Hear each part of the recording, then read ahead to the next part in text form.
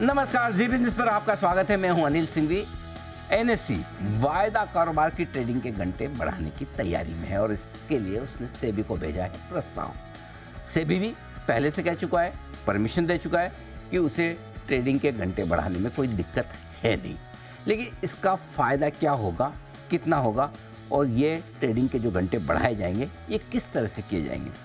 क्या सिस्टम का मतलब एक्सचेंजेस, डिपॉजिटरी, बैंक, ब्रोकर और आप सब वो लोग जो इस नए ट्रेडिंग सिस्टम में अपना अपना हिस्सा या भागीदारी जो लेकर आएंगे, क्या आप सब यानी कि सिस्टम तैयार है? क्या चुनौतियां हैं और इसके समाधान क्या है? इन्हीं सारे सवालों के जवाब ढूंढने के लिए हम लेकर आए आपके लिए एक एकदम स्पेशल शो, ट्रेडिंग टाइम कब तक क्वेश्चन मार्क।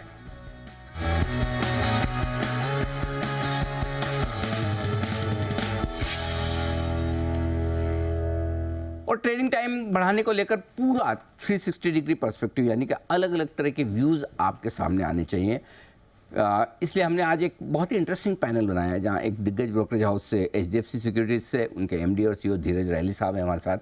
एनएससी के जो मेंबर्स हैं, उनकी जो संस्था है एनमी, उनके प्रेसिडेंट विजय मेहता साहब भी हमारे साथ जुड़ चुके हैं। बॉम्बे स्टॉक एक्सचेंज के जो ब्रोकर्स हैं, उनकी संस्था जो है बीएसई ब्रोकर फोरम, उनके पूर्व प्रेसिडेंट उत्तम बागड़ी साहब मेरे साथ स्टूडियो में है। एक हमने ट्रेडिंग पर्सपेक्टिव और ट्रेडर्स का पर्सपेक्टिव भी जानने की कोशिश की है कि भाई वाकई में ट्रेडर्स पसंद कर रहे हैं या फिर उनको लगता है कि पर्सनल लाइफ, फैमिली लाइफ पर असर पड़ेगा। तो एक एल्गो मेकर और ट्रेडर धार्मिक ठक्कर हैं, वो भी हमारे साथ जुड़ रहे हैं। और साथ ही साथ शेयर इंडिया सिक्योरिटीज़ जो कि काफ़ी हद तक हाई फ्रिक्वेंसी ट्रेड और इस तरह की जो हाई ट्रेडिंग वाले वॉल्यूम्स में जानी मानी जाती है, इनके सीईओ सचिन गुप्ता साहब भी मेरे साथ कार्यक्रम में हो रहे हैं शामिल। आप सबका बहुत बहुत स्वागत है।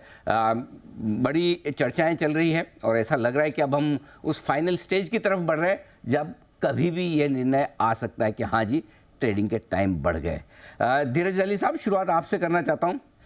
क्या वाकई में ट्रेडिंग टाइम बढ़ाने की ज़रूरत है? फ़ायदे ज़्यादा हैं या नुकसान ज़्यादा? अनिल जी, आप हमेशा अच्छे मुद्दे उठाते हैं और जो मुद्दे आप उठाते हैं उन पे चर्चा होनी बहुत जरूरी होती है। जी सर। तो इसके लिए आपको धन्यवाद कि आप इन्वेस्टर्स के हित में इतना बढ़िया एक मुद्दा लेके आए और एक प्रोग्राम कर रहे हैं। Thank you sir. ये जो एक्सचेंज के टाइमिंग्स बढ़ाने की जरूरत है, मेरे हिसाब से ये एक सही दिशा में एक स्टेप है, क्योंकि क्या है कि आज अगर आपको अपनी मार्केट्स को ग्लोबली अलाइन करना है, तो उसके लिए ज़रूरत है, क्या कहते हैं, कि लोगों को पोस्ट मार्केट आवर्स एक्टिविटीज़ को रिस्पॉन्ड करने के लिए कोई तरीका या कोई माध्यम दिया जाए अपने निवेशकों को भी, जो आज उनके पास अवेलेबल नहीं है। देखिए, अभी बहुत सारी कंपनीज़ मार्केट आवर्स के बाद अपने रिजल्ट्स लेकर आती हैं। बहुत सारी ऐसी इवेंट्स होती हैं, चाहे इलेक्शंस हो इंडिया में या फेड का रिजल्ट, फेड का इंटरेस्ट रेट इंक्रीज या डिक्रीज करने का डिसीजन हो। तो ऐसे बहुत सारे डिसीजंस होते हैं जो मार्केट आवर्स के बाद होते हैं और उनको रिस्पॉन्ड करने के लिए निवेशकों के पास बहुत कम समय होता है, अगले दिन ही मिलता है उनको समय। अगर एक्सटेंडेड आवर्स आएंगे तो उसके साथ उनको एक थोड़ा समय मिलेगा। कैसे होगा, किस तरीके से होगा, कितनी ऑप्शंस उनके पास अवेलेबल होंगी, वो हम अभी चर्चा करेंगे आपके साथ। अभी तक जो पता लगा है उसके हिसाब से ये सिर्फ आपको फ्यूचर्स में मिलेगा, वो भी इंडेक्स डेरिवेटिव्स में। हम्म। तो तो एटलीस्ट कुछ ऑप्शन जरूर मिलेगी निवेशकों को। तो धीरज जी, शॉर्ट में एक बार फिर से, चूंकि आपने कहा तो किसके लिए तैयार है? पूरे मार्केट के लिए आप कह रहे हैं कि ग्लोबल लिंकेज हो जाएगा, बढ़िया रहेगा, पूरे मार्केट के लिए कह रहे हैं या सिर्फ इंडेक्स फ्यूचर्स या इंडेक्स ऑप्शंस के लिए? मेरे हिसाब से अभी तो जो ऐसा लग रहा है, क्या कहते हैं, कि इंडेक्स फ्यूचर से है। जैसा हमने कई बार कई मुद्दों पे, इस मुद्दे पे कई बार मैंने बीएससी एनएससी दोनों में मैं एडवाइजरी कमेटी पे था, तो कई बार हमारा वहां पर डिस्कशन हुआ इस चीज पे। सेबी में भी हमारा डिस्कशन हुआ। जब जब हमारा इस मुद्दे पे डिस्कशन हुआ है, पहला स्टेप जो है वो सिर्फ इंडेक्स डेरिवेटिव में फ्यूचर्स में करेंगे। उसके बाद में जैसा वॉल्यूम, जैसा रिस्पॉन्स, जैसा क्या कहते हैं, निवेशकों का रिस्पांस मिलेगा, उसके हिसाब से इस पे आगे कॉल लेंगे। आज अगर आप इंडेक्स में भी देखेंगे तो निफ्टी है, बैंक निफ्टी है, फिन निफ्टी है, और भी बहुत सारी ऑप्शंस है मिड कैप निफ्टी में। तो इससे आप लगभग एक डायरेक्शनली मार्केट को जरूर कवर कर पाएंगे। जी मेहता साहब, एनएससी के मेंबर्स तैयार हैं? क्योंकि समझा ये जा रहा है कि सबसे ज़्यादा योगदान तो आप ही को करना है। आप टर्मिनल खोलेंगे, ट्रेड करने देंगे और ट्रेड करेंगे, तभी ये पूरा जो प्रयास है वो सक्सेसफुल होगा। कितनी तैयारी है? अनिल जी, जब आपका इनविटेशन आया और इंडिया के सबसे बड़े बिजनेस चैनल की ओर से इनविटेशन आने के बाद हमने एक अपने पूरे मेंबर्स में in the last 2 hours survey करवाया अच्छा। And I want to tell you that 90% हाँ, brokers are against it. Against I it. can against it, and I can send you the survey. I can send you the reactions. अच्छा They are all small and medium brokers. अच्छा। अब उसके लिए reasons हैं. Number 1 reason is कि आज MTM का क्या होगा. भाई आज लेट से कि एक ब्रोकर की एक क्लाइंट की पोजीशन ओपन है एट 3:30 एंड एट 6:37 उसके लिए मार्जिन की डिमांड आ जाती है. ना बैंक्स खुले हुए हैं, ना क्लीयरिंग कॉर्पोरेशन खुली हुई हैं, और ब्रोकर्स के ऊपर कंप्लायंस का प्रेशर है. वो प्रेशर कैसे पूरा होगा? This number 1. नंबर 2 इज कि आज आप क्या ब्रोकर से एक्सपेक्ट कर रहे हैं? एक स्मॉल एंड मीडियम जो अपना ऑफिस चलाता है, आज वो ब्रोकर रात के 12 बजे सोएगा और सुबह 9 बजे ट्रेडिंग टर्मिनल पे दोबारा बैठ. Now where is his family, where is his health? उसके अलावा बहुत सारे ब्रोकर जो रेंटेड प्रेमिसेस में रहते हैं, रेंटेड प्रेमिसेस बंद हो जाते हैं, जनरेटर्स बंद हो जाते हैं. रात के 11-12 बजे there are lot of ladies who are into trading. वो रात को घर कैसे जाएंगी? ये तो सिर्फ उनके लिए ठीक है कि जो एल्गो ट्रेडिंग कर रहे हैं या जो एक मशीन ट्रेडिंग कर रहे हैं. ओके। तो जो ब्रोकर अपना ऑफिस चला रहा है, हमारे सर्वे के मुताबिक they are not in favour.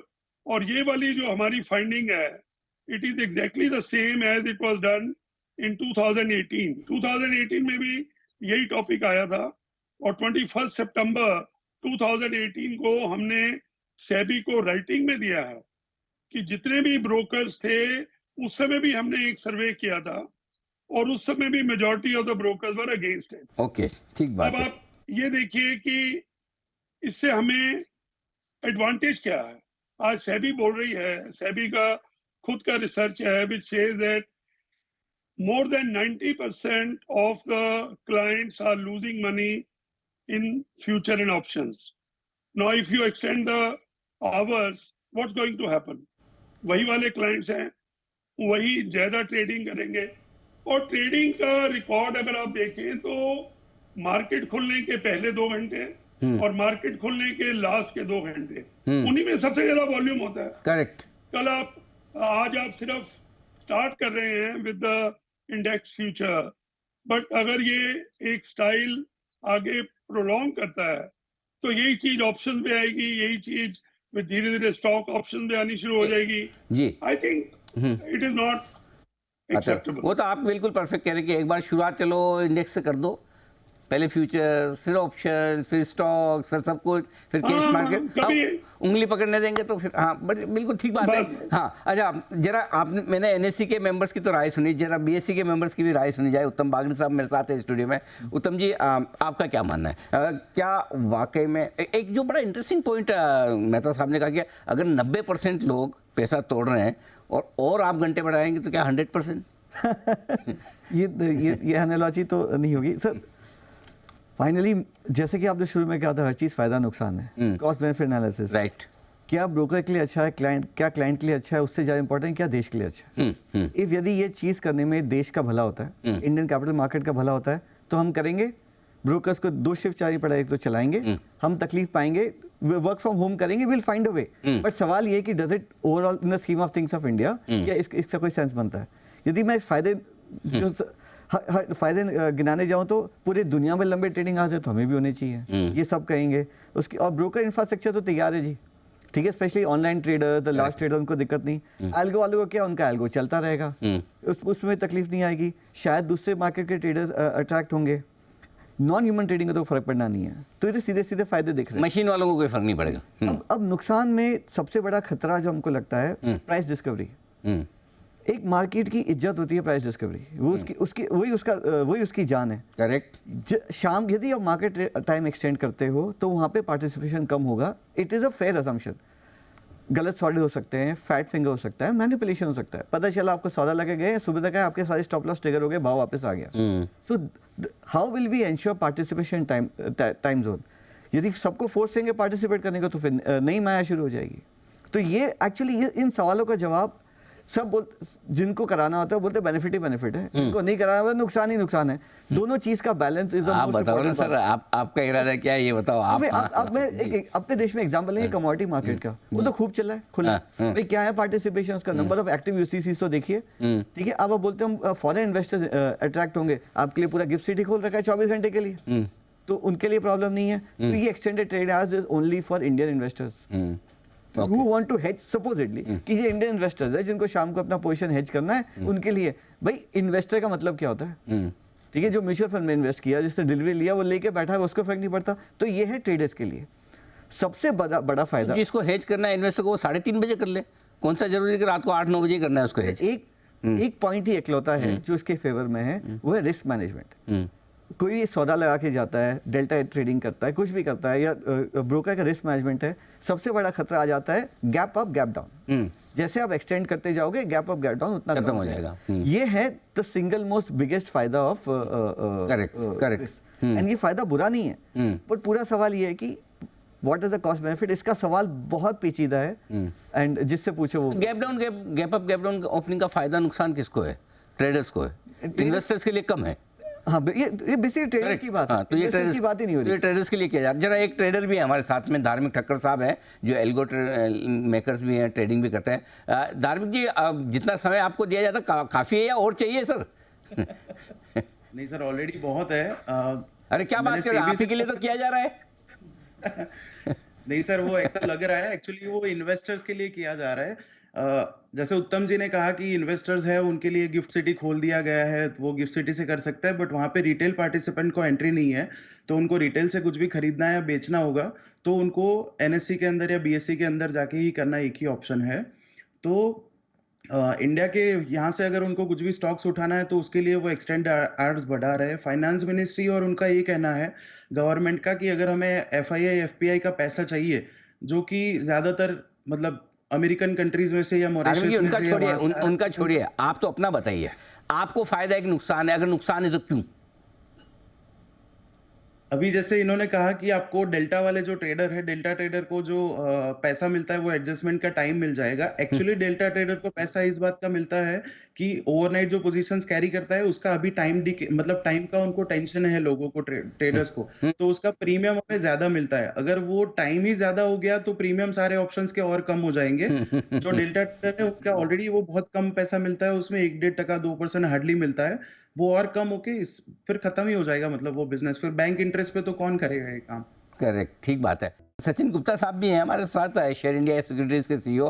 बड़े भारी भरकम वॉल्यूम करने के लिए ये जाने जाते हैं, बड़ा काम करते हैं मार्केट में। सचिन जी, ये बताइए कि आप इसके पक्ष में है क्या? यदि हाँ तो क्यों? अनिल जी, पहले तो मैं ये कहना चाहता हूँ कि हम सब पॉजिटिव नेगेटिव तो देखिए हर डिसीजन में दोनों चीज जुड़ी होती हैं, बट आज एक ऐसा एनवायरनमेंट चल रहा है जहाँ पे हमारा रेगुलेटर, हमारे एक्सचेंजेस बहुत इनोवेटिव है, नए नए प्रोडक्ट्स आ रहे हैं, नई नई चीजें आ रही हैं, उन सब में हमें अच्छा बुरा दोनों ढूंढ सकते हैं। हर किसी के लिए इसमें अच्छा बुरा है।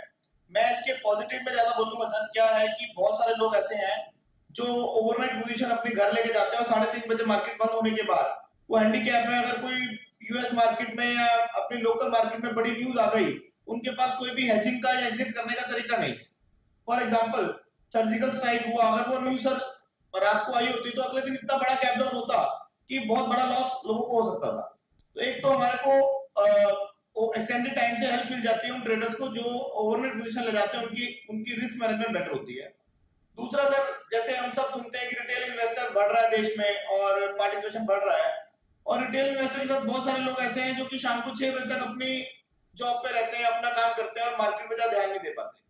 मुझे लगता है कहीं ना कहीं उन लोग के लिए भी 6 से 9 का जो सेशन है, उन लोग को कोई भी अगर पोजीशन अपना बनाना है वो बनाने की लिबर्टी मिलेगी। और सर, इसके फेवर में 2 चीज और बोलना चाहता हूँ। सर, हम सब ने कोविड पीरियड देखा और हम जानते हैं लगभग 0 स्टाफ और स्केलेटन स्टाफ से हम सब ने 2 साल ऑफिस चलाए हैं। आपने मीडिया हाउसेज भी चलाए, हम लोगों ने ब्रोकिंग भी चलाई, एक्सचेंज भी चली। उससे हम सबको एक अभ्यास हुआ है, प्रैक्टिस हुआ है कि हम लोग को अगर शाम को सेकंड शिफ्ट में भी काम करना है तो हम लोग उसके लिए आई थिंक अच्छा प्रैक्टिस हुआ, हम लोग कर सकते हैं। सब आजकल टेक्नोलॉजी का जमाना है, कंप्यूटर्स हैं, आदमी को रिस्क मैनेजमेंट के लिए चाहिए, पर मुझे लगता है ये कोई बहुत ऐसा काम नहीं है जो नहीं कर पाए। और ठीक। कमोडिटी बाजार में तो पिछले साल से हम लोग रात को 12 बजे तक ऑफिस ही चला ही रहे हैं, और कमोडिटी मार्केट का अगर आप वॉल्यूम पे ध्यान दें, जितना वॉल्यूम सेकंड हाफ में है उतना फर्स्ट हाफ में वॉल्यूम नहीं है सर। तो मुझे लगता है कि ये डूएबल है और इंडस्ट्री के लिए ये अच्छा इनोवेशन है। ओके, चलिए, तो अब इंटरेस्टिंग चीज़ है कि दो बड़े ब्रोकर हैं हमारे साथ में जो इसके पक्ष में हैं।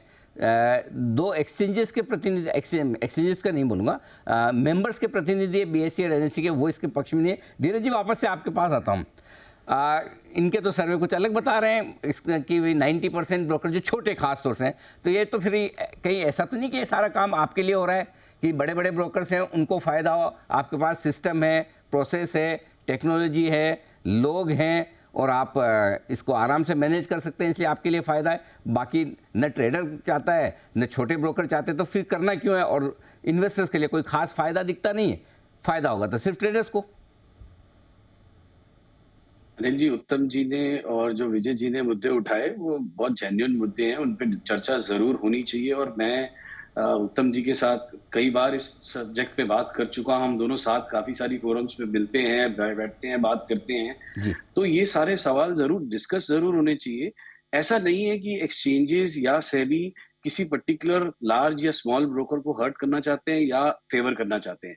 यहाँ पर जो उत्तम जी ने बोला वो बिल्कुल सही था कि हमें ये देखना चाहिए कि ये निवेशकों के हित में है या नहीं है, और अगर है तो फिर उसके लिए कैसे काम करना है, किस स्पीड से काम करना है, कितना मार्केट को ओपन अप करना है, ये हो जाएगा। और साथ में टेक्नोलॉजी, देखिए इंडियन कैपिटल मार्केट का जो इंफ्रास्ट्रक्चर है, जो सेटलमेंट साइकिल है, वो बेस्ट है वर्ल्ड में इस समय, वन ऑफ द बेस्ट जरूर है वर्ल्ड में।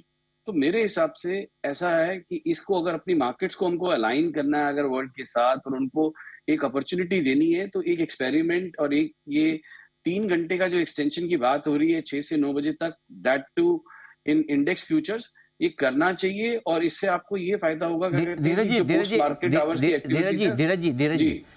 3 से 6, 3 घंटे का 6 से 9 का एक शो मान लिया जाए कि खुलेगा, ठीक है, चलो।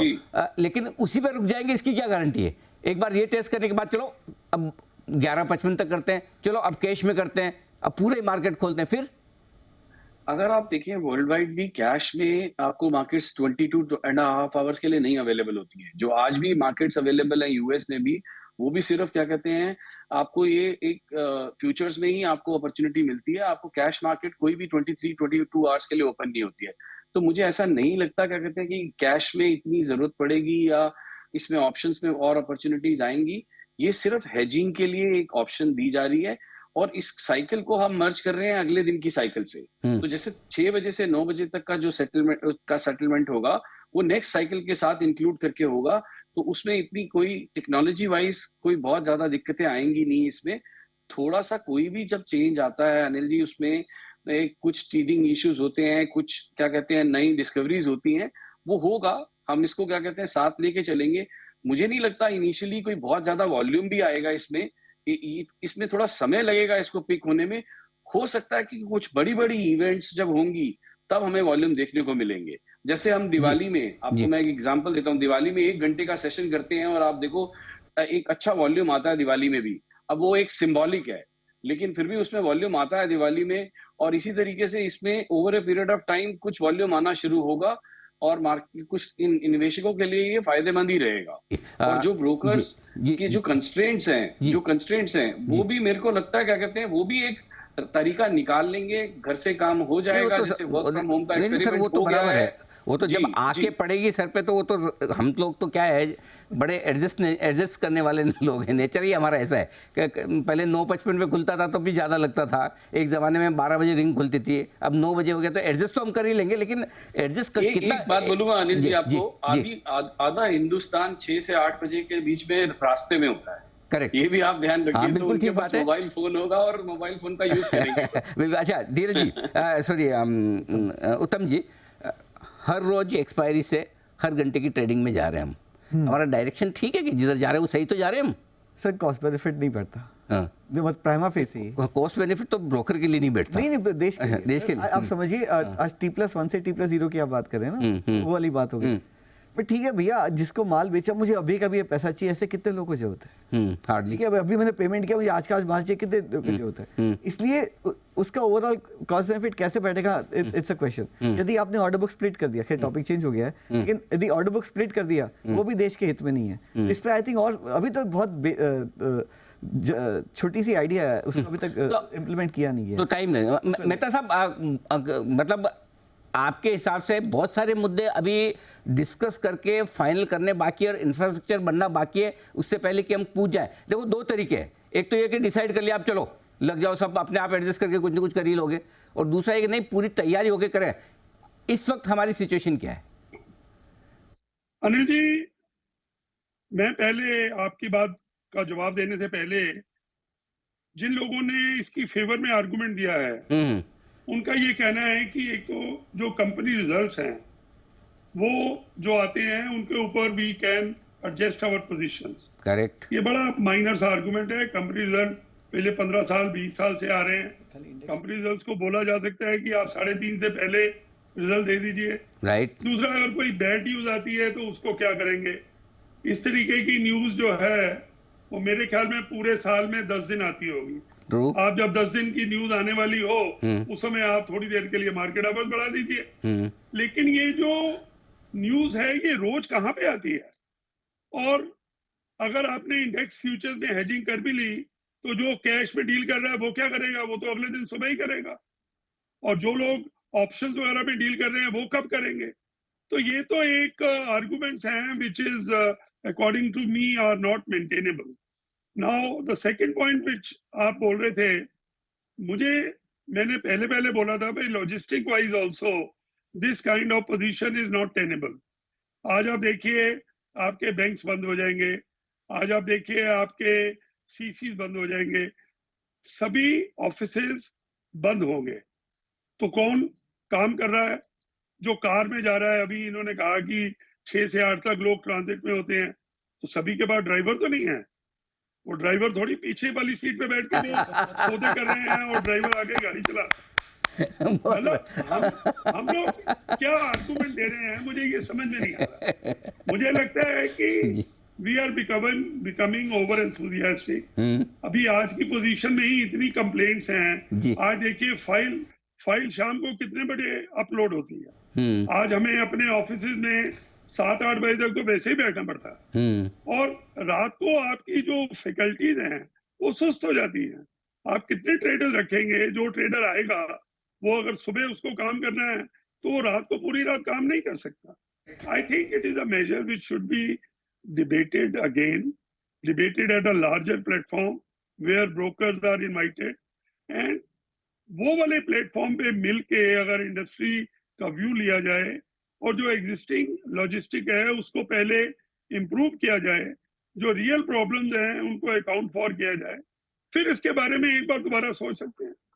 ठीक बात है, बिल्कुल। तो इससे पहले कि लागू किया जाए बहुत गहन चर्चा करने की ज़रूरत है। सिस्टम प्रोसेस पीपल बराबर प्राइम से आप पहले बना लें, क्योंकि बड़ी इंटरेस्टिंग राय आ रही है। और वही वाली बात है कि इस मुद्दे पर सबके अपने अपने व्यू है। लेकिन एक इंटरेस्टिंग जो सबसे बड़ा मुझे नज़र आया कि एक एल्गो ट्रेडर आमतौर पर जो धारणा है कि उसको सबसे ज़्यादा फ़ायदा होगा, आराम से ट्रेड करते रहेगा। खुद धार्मिक ठक्कर साहब कह रही हैं मैं तो इसके फेवर में नहीं हूँ।